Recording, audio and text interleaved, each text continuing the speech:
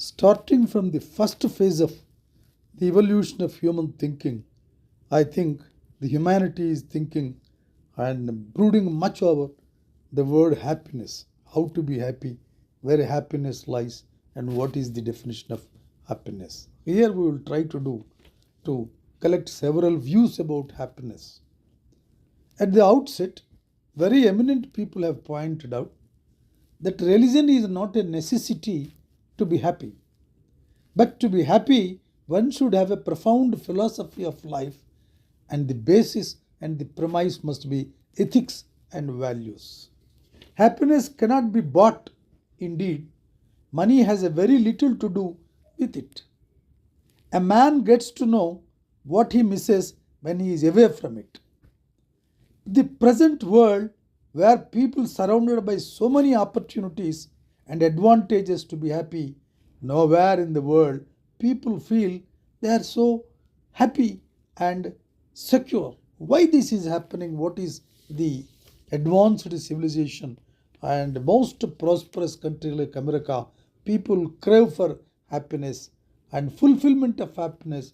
Everybody talks about several philosophers, several schools were started, several centers were started to define happiness and teach the people how to be happy.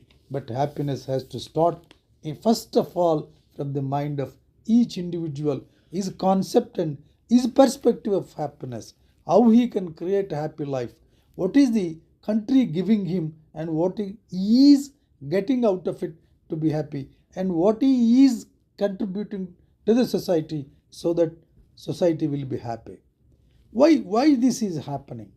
Did not they realize, the cynical, disgruntled ones, that happiness was not something that could be arranged officially like any other commodity which is arranged by the government? That it was something people could hand them or that they could buy for themselves? Did they not realize they must hew out their own destiny and fulfillment, make their own happiness? This was the crux of the philosophy to be happy. To live content with small means, to seek elegance rather than luxury, and refinement rather than fashion, to be worthy, to study hard, think quietly, talk gently, act frankly, listen to the stars and the birds, to babes and sages with open heart, to bear all cheerfully, to do all bravely, avoid occasions, hurry never. In a word, to let the spiritual, unbidden, and unconscious grow up through the common. That it will be noted that no government can do or no society can do this for you. You must do it for yourself. That is what the art of happiness tells. Whether it is by Zen, Buddhism, or by Dalai Lama, or the greatest mystics propounded philosophy from the ages together, ultimately they said you have to create, and to create your own happiness, you must learn the art of happiness and the basic premises on which you can build up. What a man contributes much more to his happiness than what he has. What a man in himself who accompanies him when he is alone. What no one can give him or take away is obviously more essential to him than everything he has in the way of possessions or even what he may be in the eyes of the world. This is what Schopenhauer has pointed out. Money may buy the husk of things, but not the kernel. It brings you food, but not appetite, medicine, but not health, acquaintances, but not friends. Once I will repeat, acquaintances, but not friends, servants, but not faithfulness, days of joy, but not peace or happiness. So, the role of money, and even Ibsen has pointed out, is very, very minimal to the art of happiness. The greedy search for money or success will almost always head men into unhappiness. Why? Because that kind of them makes them depend upon things outside themselves and always comparing with themselves with others. It will It will haunt them like a walking shadow and make them every moment of the bliss to become unpleasant. Even if we attain to the level of a blissful point, it will be disturbed by this desire and make you unhappy. Man cannot live by bread alone, that everybody knows. The making of money, the accumulation of material power is not all there is to living. Life is something more than this. Life is something more than this, and the man who misses this truth misses the greatest joy and satisfaction that can come into his life service of for others. That's what we have been mentioning. What is that we are contributing to the society, to the other people to be happy? That gives the highest level of opportunity to be happy.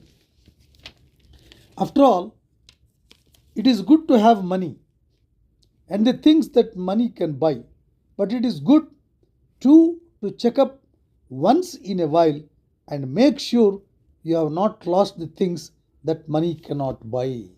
Here I would like to emphasize religion is not a necessity, mystics schools are not necessary, attending to the great centers of art of happiness is not necessary. If you inculcate a habit of your own understanding of your personality, the personality, your role in a society, and the role of a society for you, that mutual basis, that premise, if you can understand, you will maintain the discerning distance between yourself and society, where you start to detach, when to detach, how to detach, and to what extent detach yourself to this environment and surroundings to be happy, to inculcate your own art of happiness is the final panacea to be happiness. The art of happiness cannot be purchased. Happiness cannot be purchased because it is a state of mind which you yourself create. That happiness in turn, that inner engineering, that inner understanding of your mind, understanding of your heart necessities. Once again, I am telling, I am repeating that comparison with others, seeking that level of life when the other fellow had without much work or opportunity you have in your hands, this definitely lead to unhappiness and keep you ever unhappy. A person can never lead life peacefully. A life by life itself, the very word life itself become meaningless if you do not enjoy at least a few blissful moments in your life and in the passage of life. So neither religion nor money have a role or a pivotal role, but definitely there is a pivotal role for a philosophical understanding.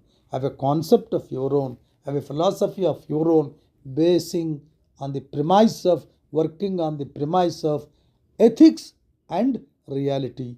Thank you very much.